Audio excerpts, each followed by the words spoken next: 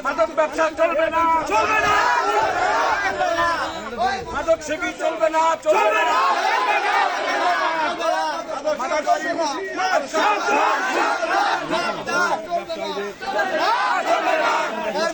কালো হাত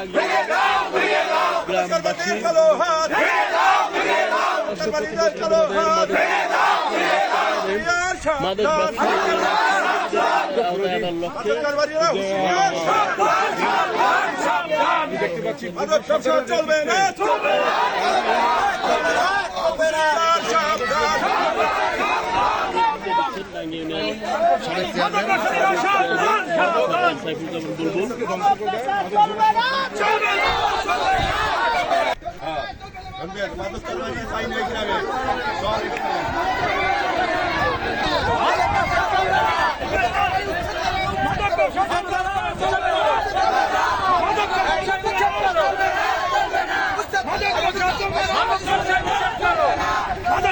চলবে না, চলবে না।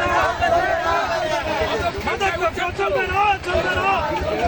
মাদক ব্যবসা চলবে না, চলবে না। মাদক ব্যবসা চলবে না, চলবে না, চলবে না। সরকার যেমন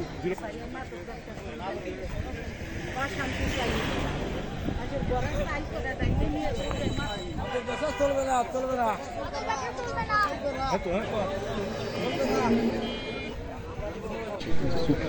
বীরগোবিন্দপুর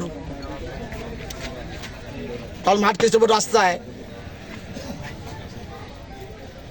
গাঁজা, মাদক এবং সন্ত্রাসের বিরুদ্ধে মানববন্ধন।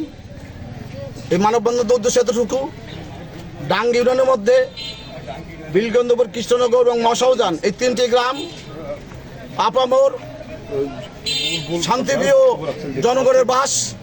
এই তিনটি গ্রামের মধ্যে কখনোই কোনো সময় কোনো বিশৃঙ্খলতা, কোনো মামলা মকদ্দমা, কোনো সন্ত্রাসী কর্মকাণ্ড, কোনো মাদক দ্রব্যের কোনো কিছুই ছিল না। পূর্বপুরুষ থেকেই এই তিনটে গ্রাম ঐক্যবদ্ধভাবেই চলাফেরা করে, কিন্তু ইদানিং আজকের ৪-৫টি মাস যাবৎ কিছু কিছু বিপদগামী লোকের দ্বারা এই বীরগোবিন্দপুর, এই ডাঙ্গি ইউনিয়নের তিনটি গ্রাম মাদকের একটা অভয়ারণ্য হিসেবে পরিণত হয়েছে। তার মধ্যে বীরগোবিন্দপুর হলো স্বীকৃত। সবাই বীরগোবিন্দপুর গ্রামের খবর জানে যে বীরগোবিন্দপুর গেলে পরে মাদক পাওয়া যায়। এখানে রাত্রি সন্ধ্যা থেকে সারারাত ভরে অটো, ভ্যান, রিক্সা, মাহিন্দ্র, পিক আপ, মাইক্রোবাস নিয়ে এই মাদক আসা যাওয়া, কেনা বেচা, খাওয়া দাওয়া চলে। তাই আমার প্রশাসনের কাছে এবং সমাজের যারা সচেতন এই সাংবাদিক সম্প্রদায়, সকলের কাছে আমার আকুল আবেদন, এই বীরগোবিন্দপুর থেকে যাতে এই মাদক চিরতরে উৎখাত করা যায়, সেই জন্য আপনারা আমাদের মাননীয় প্রতিমন্ত্রী মহোদয়ের দিক নির্দেশনায় উনি সপ্তাহখানেক আগে ভবুক দিয়া একটা করেছে, মাদক বিরোধী, সন্ত্রাস বিরোধী, বাল্য বিবাহ সন্ত্রাসের মধ্যে একটা জনসভা করেছে।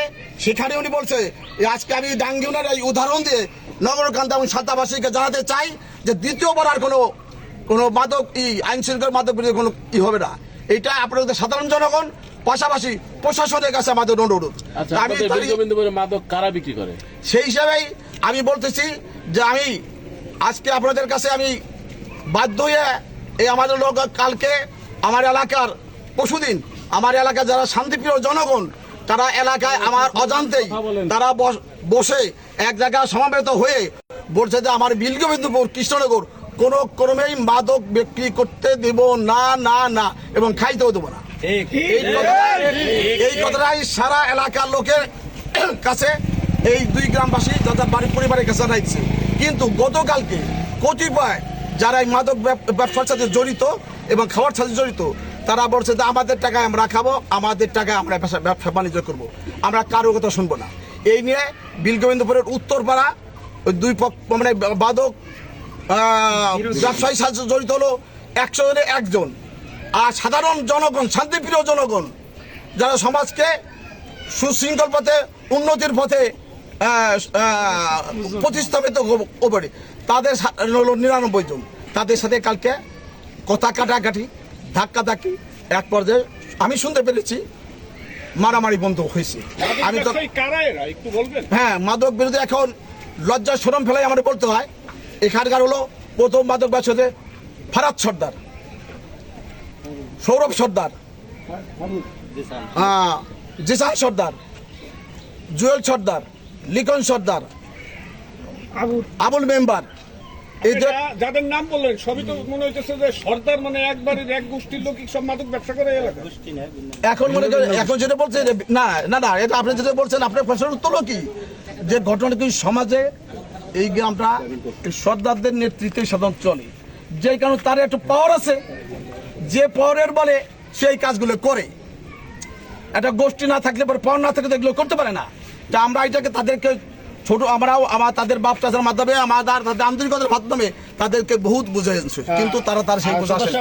একটা কথা বলি, আপনি ডাঙ্গি ইউনিয়নের চেয়ারম্যান, আপনি যে কজনের নাম বললেন তা আমাদের জানা মতে, যেহেতু আমরা মিডিয়ায় কাজ করি, দুই একজনের নামই আমরা ক্লিয়ার করতে পারবো মাদক ব্যবসায়ী। আরো যারা চিহ্নিত মাদক ব্যবসায়ী তাদের নাম তো আপনার মুখ দিয়ে আসলো না।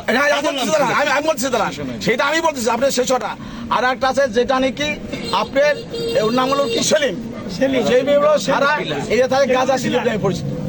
গাজা সিলেব নামে পরিচিত, সে আমাদের সমাজের বাইরে, এই বিলগোবিন্দপুর সমাজের বাইরে, কিন্তু তার নামে এই যে যারা যারা বর্তমানে ব্যবসা করতেছে, আবার ব্যবসা করতেছে, এদের কারণে মামলা, কিন্তু সেলিমের নামে শত শত মামলা আছে। এই যে যাদের বিষয়গুলো বললেন, এদের সবার বিষয়ে কি আপনারা এলাকাবাসী থানায় অবগত করছেন? হ্যাঁ, আমি নিজেই, আমি স্বয়ং, আমি আমাদের সম্মানিত অফিসার ইনচার্জ জাজুদ সামদানি আজাদ সাহেবকে আমি বলছি যে ভাই আমরা তো থাকতে পারলাম না, কি আনছি আমার কি ব্যাপার, মনে হচ্ছে ভাই এই অবস্থা। তা আপনার আমি নাম কিছু মনে করি, নাম বলছি যে ভাই আমরা যদি একটু এটা অস্ত্র হাতে নেই, অস্ত্র মানে মার ধরে না ভাই একটু করেন, আপনি আইন তুলে নিন না।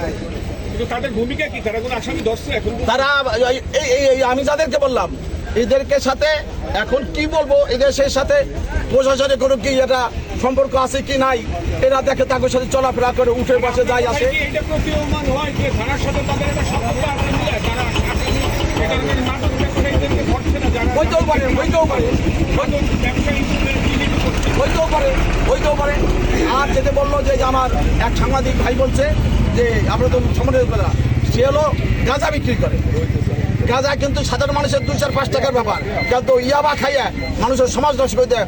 বাপ পারে কোয়াবে, বন্ধু বান্ধবের কোয়াবে, স্ত্রী কোয়াবে, মা বাবুকে কোয়াবে, সমাজের সাধারণ জনগণ। এবং এর সাথে আর একটা আছে, যে নিজে খায় সে হলো কামাল সর্দার। কামাল সর্দার আমারই এবং জানে কামাল সর্দার বাবার নাম কামাল বাবুর আক্তার সর্দার।